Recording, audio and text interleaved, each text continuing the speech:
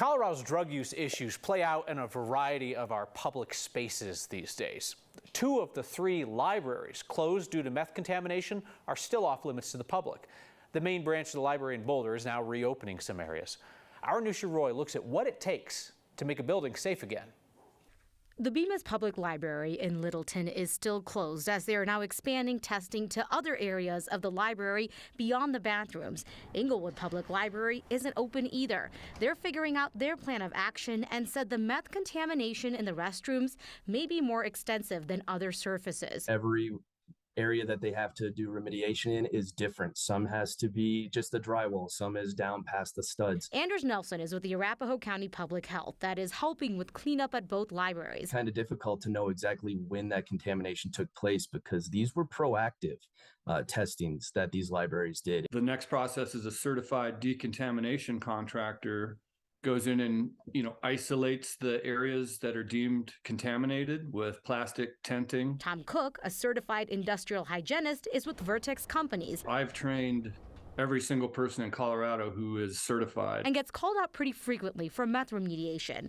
He explained why some buildings would have to be completely demolished. Probably more due to that they were doing manufacturing of meth. And in other cases, it's not necessary. Like if someone is using meth inside the library and the contamination is contained to certain areas. Once it's blocked off, properly cleaned, and meets state standards, Cook said it should be okay to open back up to the public.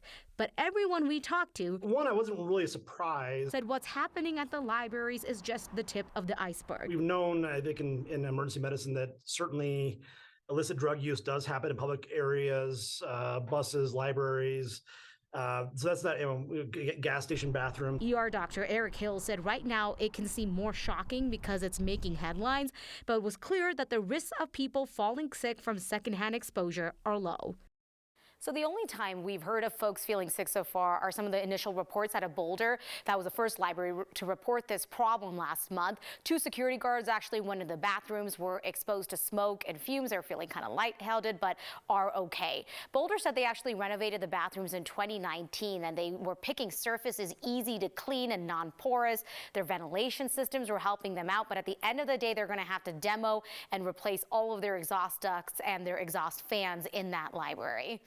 So I just wonder, Anusha, like how much of this is going to kind of become like a media-driven thing as more and more places feel like they have to test. We obviously know there's a meth problem in Colorado. People are using, we're chasing them from one public space to another, so obviously they end up in places like public bathrooms. And what happens if all of a sudden all these municipalities start testing and they all come back hot? Yeah, and that's what everyone I talked to today said, that this is just the surface of it, but you have to have the money to be able to test like that, and there's not actually a lot of people who do this. Tom said there's 4 instructors, maybe 30 to 40 consultants, half a dozen contractors that can actually go in and do this work, and it's expensive. I mean, anywhere from $20,000, $30,000 to $100,000 plus, depending on what you need to do. Wow. All right, Anusha, that was an interesting perspective. Thank you.